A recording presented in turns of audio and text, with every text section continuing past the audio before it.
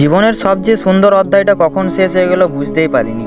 এটা বলার কারণ আগের ভিডিওতে দেখেছিলে আমরা যাচ্ছি স্কুলে আজকে এইচএস এর রেজাল্ট আনতে। সো হ্যালো গাইস, আমি আর আমার বন্ধুরা মিলে বেরিয়ে পড়েছি বাইকে করে স্কুলের দিকে। সকাল সকাল গ্রীষ্মের হাওয়া খেতে খেতে আর গল্প করতে করতে অবশেষে পৌঁছে যাই আমাদের স্কুলে। এটাই হলো আমাদের সেই স্কুল, রামলালপুর ঘনবন হাই স্কুল। তারপর চলে গেলাম রেজাল্ট নিতে অফিসের মধ্যে, আর ওখানে কিছুক্ষণ দাঁড়িয়ে আর সিগনেচার করে অবশেষে পেয়ে গেলাম রেজাল্ট, আর তার সাথে স্কুল লিভিং সার্টিফিকেট আরও দুটো সার্টিফিকেট। তো গাইস এইগুলো তো পেয়ে গেলাম, কিন্তু রেখে গেলাম স্কুল জীবনের কাটানো সব স্মৃতি। এই ড্রেসটা দেখছো না, আর হয়তো কোনোদিনও পরা হবে না।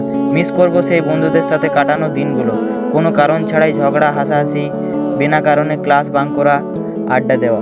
আজ যেন সব স্মৃতি হয়ে গেল। হয়তো কাল থেকে সবাই নিজের নিজের স্বপ্নের পথে হাঁটবে, কিন্তু স্কুলের সেই দিনগুলো আর কখনো ফিরে আসবে না। কিছু স্মৃতি শুধু স্মৃতিই থেকে যায়, আর কিছু মানুষ শুধু গল্পের অংশ হয়ে যায়। আর হ্যাঁ, কমেন্টে জানাও কার কার আমার মতো এবছর স্কুল লাইফ শেষ হলো। তারপর আর কি, শেষবারের মতো বিদায় জানিয়ে আমরা চলে গেলাম বাড়ি।